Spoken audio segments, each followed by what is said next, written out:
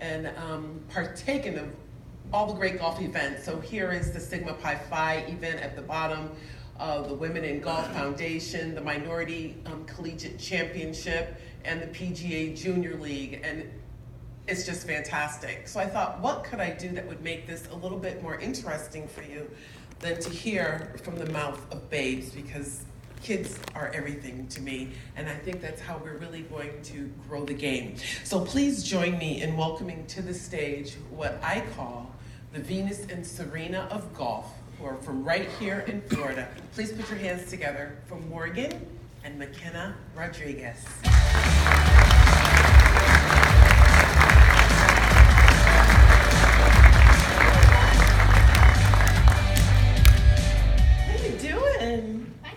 Thank you for agreeing to come, and you both look so cute in your KISSI Couture. And your own golf line. And wave to your mommy and daddy. They're out there somewhere. Or are they? Wave to them. Very good. And I know Daddy got you started in golf really, really young. Tell us about that. How young were you when you started? I was about 2 years old when I first started playing, and it was like the best day of my life. Yes. How about you? I also started at 2 years old, and I didn't start playing tournaments until I was 8 years old. Gave me my competitive nature that I have now. Yes, I see that. Now, your mom showed me some pictures of you guys out there when you were really little.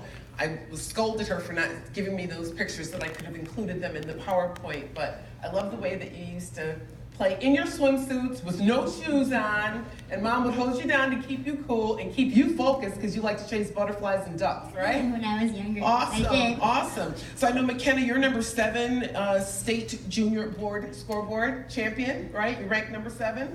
Yes, and I hope to move up quite soon. Okay, and Morgan, you're number 2 in the world for your age division, correct? Yep, and I'm happy to go number 1 soon. It's number 1 soon, of course.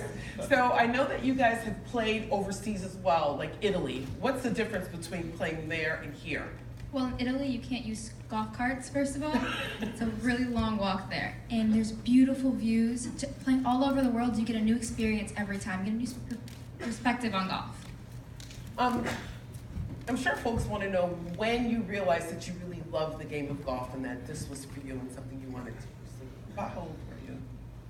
When I was roughly 10 years of age, I won my very first tournament, and I realized that maybe one day I can become a lot better at this game. I can meet way more new people with very diverse backgrounds, and started really loving the game from then on. How about you, Morgan? When I was about like 7 or 8, I started winning so many tournaments, and I knew I could do something with golf. So what's been your biggest obstacle or challenge since you've been playing golf? My biggest challenge in golf is mostly my temper, because on the golf course, I start getting very frustrated with my swing sometimes, and it makes your downfall for the rest of the game. So you need to level out and remain calm throughout the whole entire round when you play. Thanks. Mine is also my temper, but it's a little bit different because when I get upset, I stay upset. Because it takes way more muscles to get upset than to get back up and get happy again. Yes, it does. It does.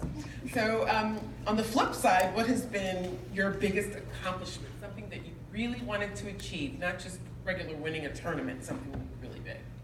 My biggest accomplishment was winning the Bob Toski tournament here in Florida. That was my biggest accomplishment of all time.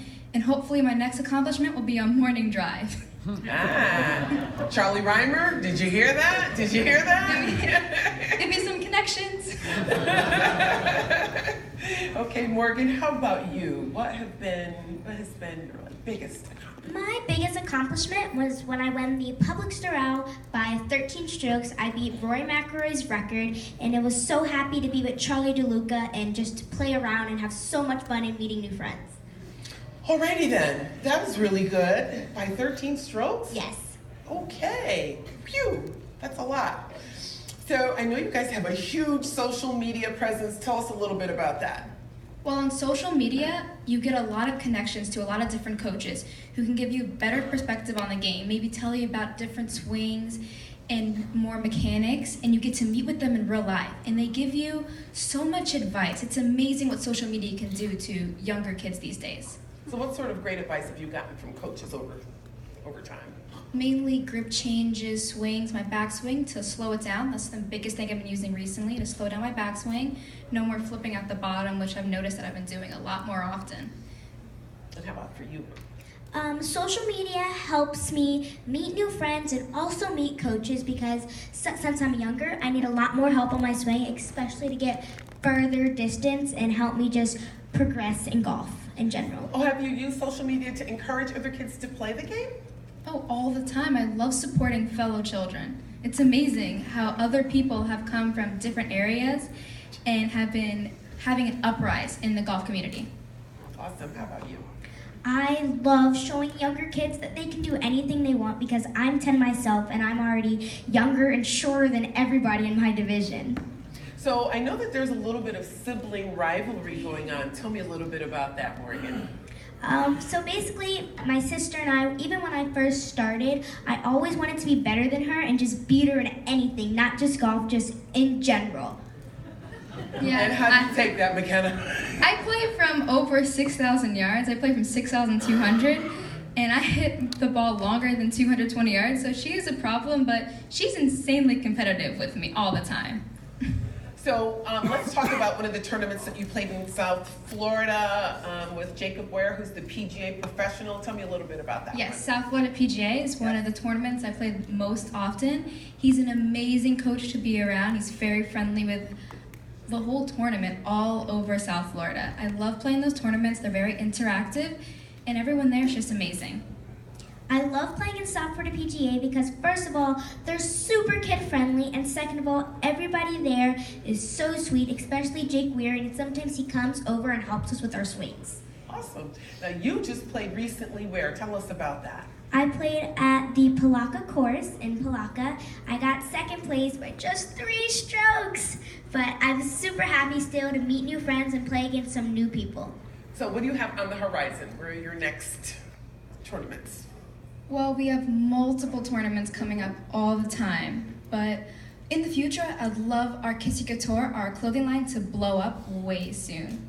And it'd be amazing to play in the NCAA, so I'm in college, which is a lot more recent than I'm in 9th grade right now. And one day, I'd like to get my PGA card and become a neurosurgeon. Ooh, so you're gonna do golf and be a neurosurgeon? Yes. Sweet. A lot of doctors play golf, so it goes hand in hand. Now how about you? I want to get my PGA card and go to college for golf, and then if anything happens with golf, like I break a bone or just anything, I also want to be a veterinarian for exotic animals. Ooh, I like that. I like that. So there are a lot of PGA professionals in the audience, and I know that they love to hear that you want to be a PGA professional, both of you. That's great. So as we wrap up, what sort of message would you have for the parents that are in the audience, for the youth that want to play, and promoting the youth to play, and parents that can be supportive of those youth playing? Well, for youth, I want to tell them that always go big or go home. No matter what happens on the golf course, finish it out and give it your all. And for the parents here today, always be supportive of your children. Even when they're feeling down on the golf course, make sure to help them out. Like my dad, who always comes out the golf course with us every single weekend. He's always there for us since I was 2 years old. I'll never forget the memories I've had with my parents. And we play this little game together where he uses a 7-iron on the golf course, and he plays with us because he hits his ball a lot farther than I do, but when he comes down closer to my level, it becomes very competitive. So it makes me interact with my parents more, and it's a wonderful thing to do. Awesome. For youth, I'd give the message for them to just try whatever you want and just do everything you want to and try and try and try. And then for the parents out there, just go with whatever your kids want because that's their decision. You can just help and train with them. Like when my parents play with us, well, our parents don't hit that straight, so it's fun to play with them, especially when they're like into the woods and everything, because then we go ball hunting. Awesome. Awesome, ladies. Thank you so much for joining me. And as I wrap up the segment, I'll just ask you one more time. When you close your eyes, think about who you would imagine yourself with next time. Think about who you would invite to the game. It's one of the most beautiful things about golf, that it makes it different than any other sport out there, because every person I have talked to has been invited to the game. I haven't met a person yet who said, oh, I just picked up some clubs and decided I would go and play. Every person has a powerful story on who invited them to play and how they did on that first time out there. So I challenge you to think about who you are going to invite to the game, who you will reach for. Thank you.